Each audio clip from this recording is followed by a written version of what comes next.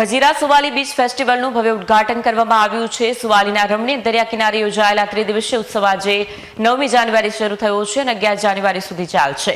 ઉદ્ઘાટન સમારોહમાં દરિયા કિનારે સંગીત અને ગીતોની ગાજતી ધૂનોએ વાતાવરણને આનંદમય બનાવી દીધું।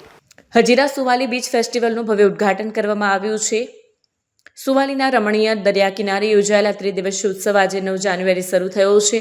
દરિયા કિનારાના પ્રવાસન સ્થળો વિવિધ બીચ પર પ્રવાસનને પ્રોત્સાહન આપવાના હેતુ સાથે ગુજરાત પ્રવાસન નિગમ અને સુરત જિલ્લા વહીવટીતંત્ર દ્વારા તારીખ 9 થી 11 જાન્યુઆરી દરમિયાન આયોજિત ત્રિદિવસીય સુવાલી બીચ ફેસ્ટિવલને સાંસદ મુકેશ દલાલ અને ધારાસભ્ય સંદીપ દેસાઈના હસ્તે ખુલ્લો મૂકવામાં આવ્યો છે। ધારાસભ્ય સર્વ મનુભાઈ પટેલ, પ્રવીણભાઈ ઘોઘારી, અરવિંદ રાણા, જિલ્લા પંચાયત પ્રમુખ ભાવિનીબેન પટેલ સહિતના પદાધિકારીઓ વિશેષ ઉપસ્થિત રહ્યા હતા।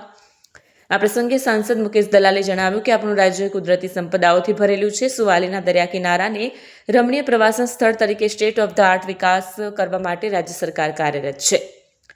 છેલ્લા 3 વર્ષ દરમિયાન સુવાલીના વિકાસ માટે કરવામાં આવેલા વિકાસ કામોની વિગતો આપતા કહ્યું કે 2023ના વર્ષમાં ₹6 કરોડના ખર્ચે સુવાલી તરફ જવા માટેના રસ્તાને 10 મીટર પહોળો કરવામાં આવ્યો। માર્ગ અને મકાન વિભાગ દ્વારા ₹2.20 કરોડના ખર્ચે વિશ્રામ ગૃહના નિર્માણને મંજૂરી આપવામાં આવી। ₹40 લાખના ખર્ચે 100 ફૂટની ઊંચાઈ ધરાવતો હાઈમાસ્ટ ટાવર બન્યો છે, જે 400 વોટની 16 હેલોજનની ક્ષમતા ધરાવે છે।